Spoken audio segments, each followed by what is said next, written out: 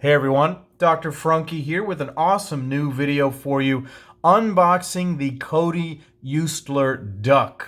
The DUK stands for Daily Utility Knife, D.U.K, and it is the new model from custom knife maker Kody Eutsler, or Usler. I'm not exactly sure how to pronounce it, sorry Cody if I'm mispronouncing it. But without much ado, I am going to go ahead and just open this up. This came in a very simple package.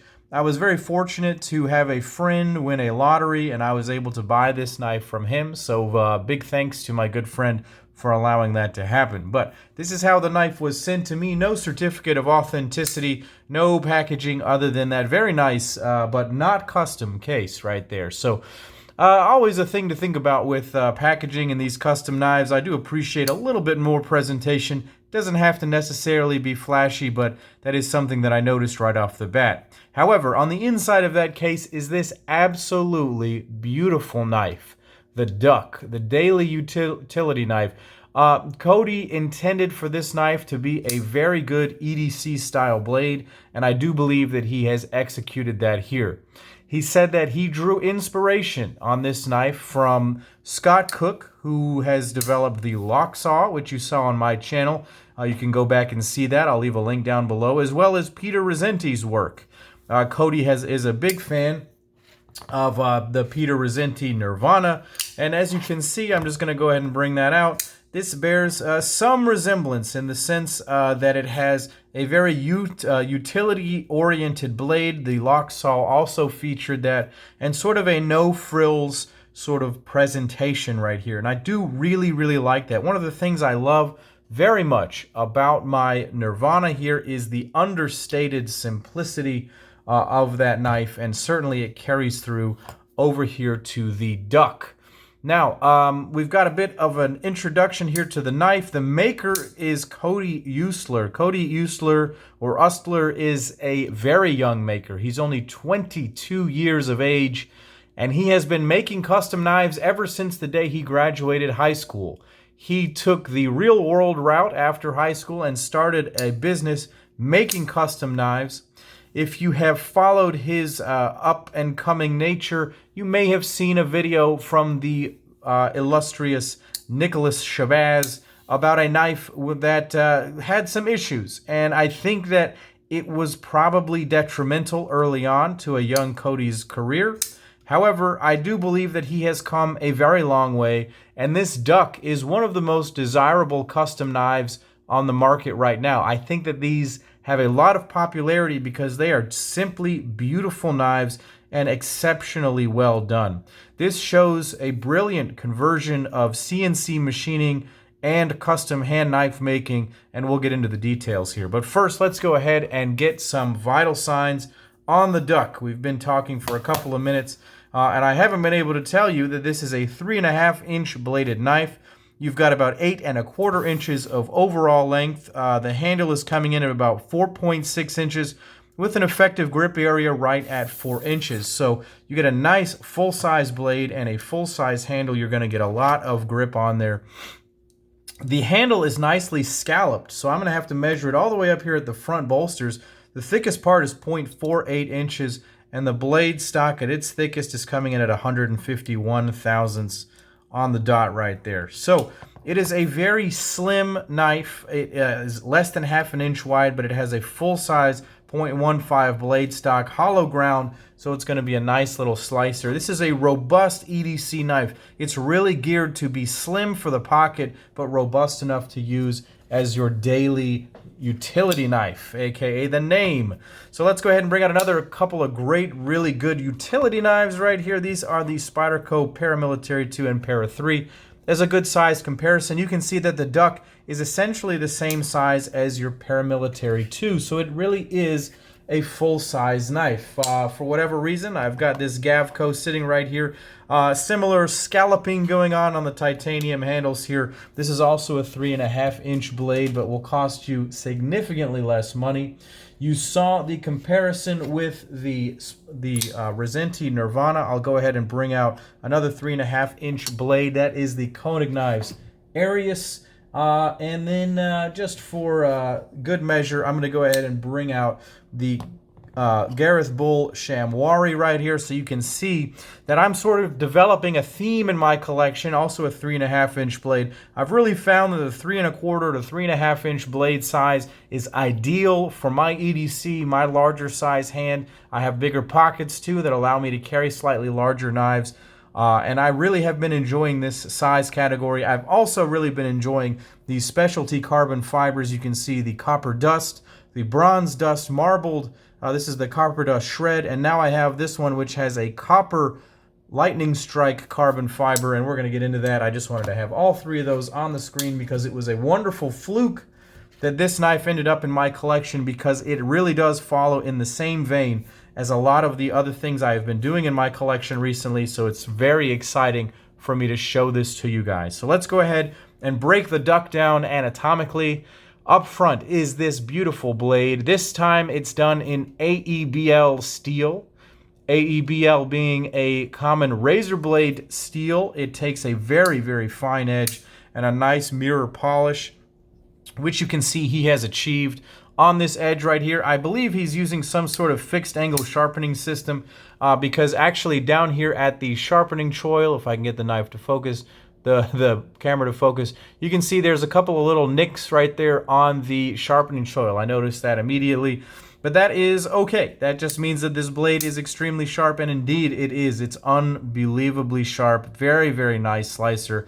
Thinly hollow ground down to behind the edge. Again, I like to show you guys this grind area right here. You can see how it tapers down to just a hair's breadth behind the edge right there. Extremely fine grinding right there. And a very nice, useful drop point style blade shape. This is a classic blade shape. Nice flat area, nice long belly, nice tip. Reminds me very much of the Sebenza, of the Lochsa, of the Nirvana, in the sense that it is a no-nonsense user style blade. This is my very favorite type of blade shape. Really, the Sebenza blade shape is pretty much perfect, and this is very close to that. And I don't mean that in a negative way. This is not a copy in any way. It is just an excellent blade shape. The Sebenza looks like many other blades before it, and that's because this is an excellent blade shape, and it is mirrored here. The sharpening choil perhaps could be a little bit deeper right there. This is done in a heavy stonewash finish. My preference might have been a hand satin, but beggars can't be choosers. I was able to win this in a lottery, and it came as a maker's choice. And I think, honestly, the aesthetic value of the stonewash here is perfect. It really ties the whole knife together to give it a really nice user finish. The blade is very ergonomic. I like to rest my thumb on a thumb ramp, and that is perfect the way that it's executed. It does not have a forward finger choil, but it doesn't need one. The blade is relatively close to your fingers, and you have a lot of nice control. The over-the-top grip is very comfortable. Again, something that I find myself doing quite frequently is this type of a grip in EDC tasks. Very easy to do that on this knife. Let's go ahead and move back to the pivot. This thing is running on ceramic ball bearings, and it is beautifully smooth. This is the exact action that you hope to find on a CNC made knife. You get that crisp detent. It is not dissimilar to the crisp detent of a Koenig Arius, and a very similar smooth drop shut type of feeling. Similarly, you might see that on a Brown Knives servo. I'll bring that out for a size comparison. Those of you who are into high-end CNC custom knives, you're going to get that high precision, tight tolerance, very smooth action that you see on all of these knives that I've brought out. Here it is there in spades. Take a look at the gaps or lack thereof between the blade and the handles. Those are very, very tight gaps. As I pull the knife farther away, you can see that those are very, very small gaps. And everything runs very smoothly on here. Unbelievable out-of-the-box smoothness on this. And there is no blade play. This is not a loose knife. I have made sure that the pivot is tightened to perfection before the video was made here. And it's unbelievable. When this is tuned just right, its action is spectacular. That is owed in a large part to the very crisp detent that I've mentioned. And the fact that it has a very nice flipper tab. It's not overly large. It's not sharp. It's very comfortable. You rest your finger right here. You can do a light switch technique, or you can do a push button technique. Both of them work similarly well and are very fast and effective at deploying that blade.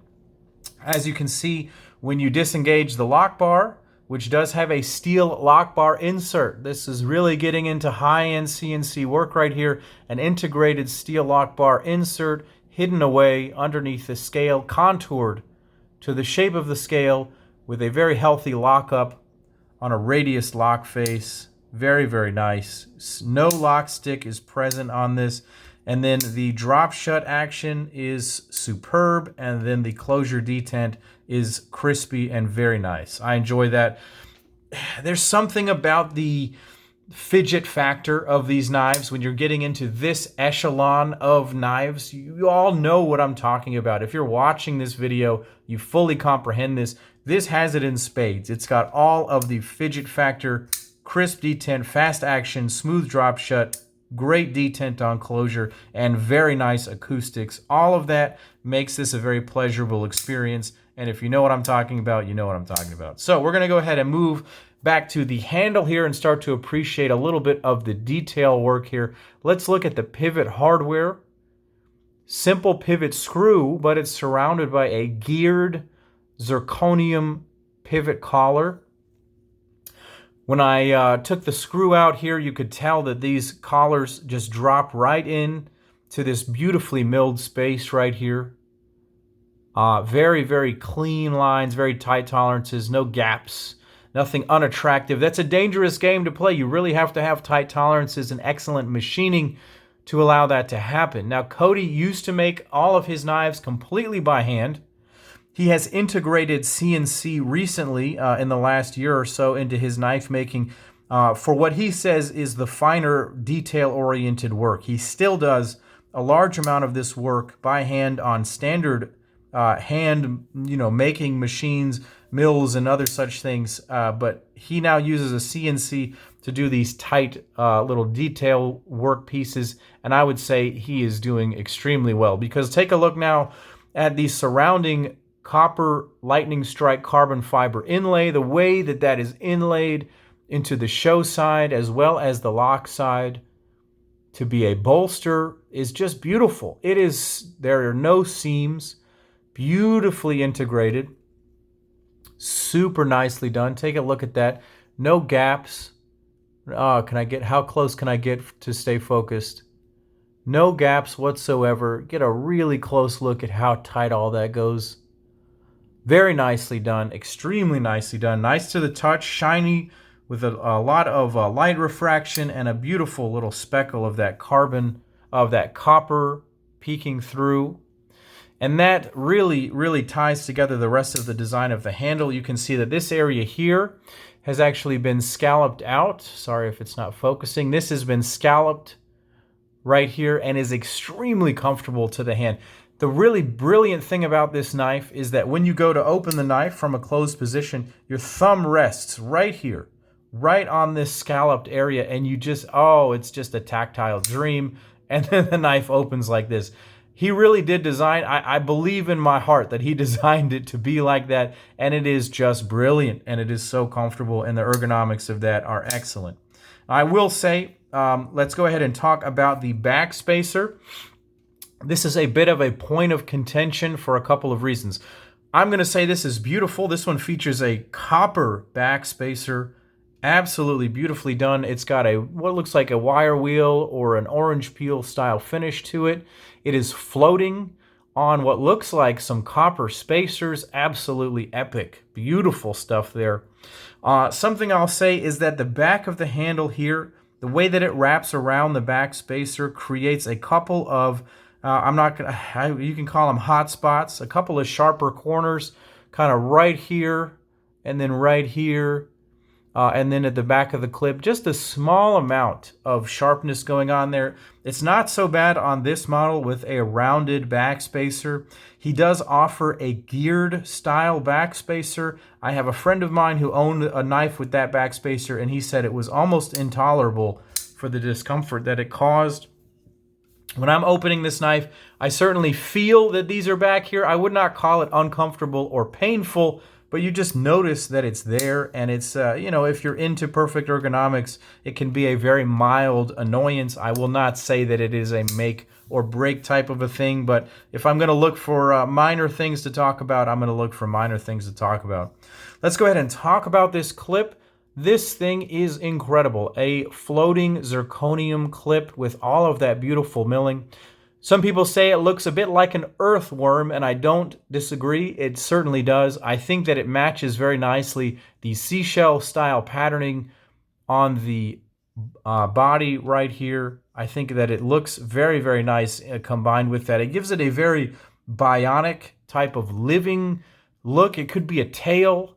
It could be an earthworm. It really ties in nicely to the overall design of this.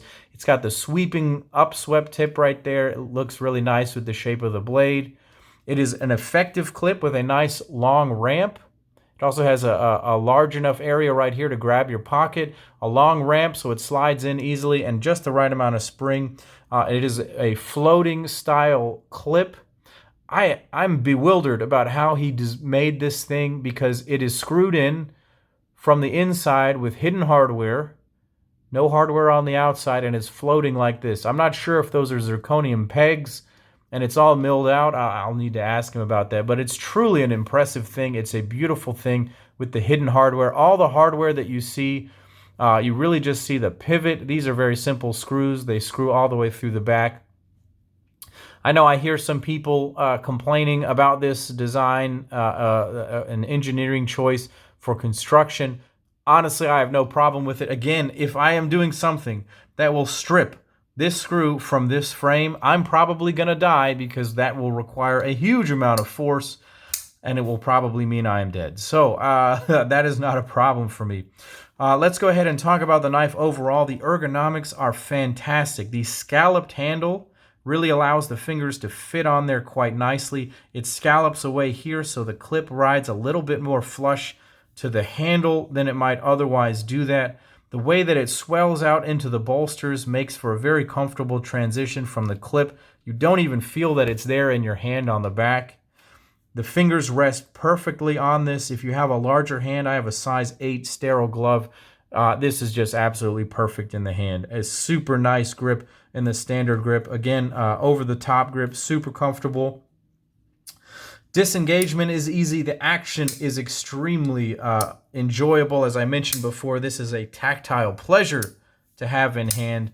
And all of these are just my first impressions. I've only had this knife for a day, and all of this seems excellent. And so I'm really looking forward to carrying this knife and experiencing it. I wanted to get it on camera for all of you guys so you could have a look at it. There are some truly beautiful versions of the Duck that are available out there. And the interesting thing about this knife is that he designed it to be modular. He's going to have 3 different variants. He has a frame lock version that you see here. He's going to make a bolster lock version, and he's going to make, a liner lock version, and then he's going to make a sort of a subframe or inset lock style version. He has already made and sold frame locks. He has sold only 1, maybe 2 of the inset locks, and I know that the liner lock is incoming based on my conversations with Cody. And so very, very interesting knife, this Duck.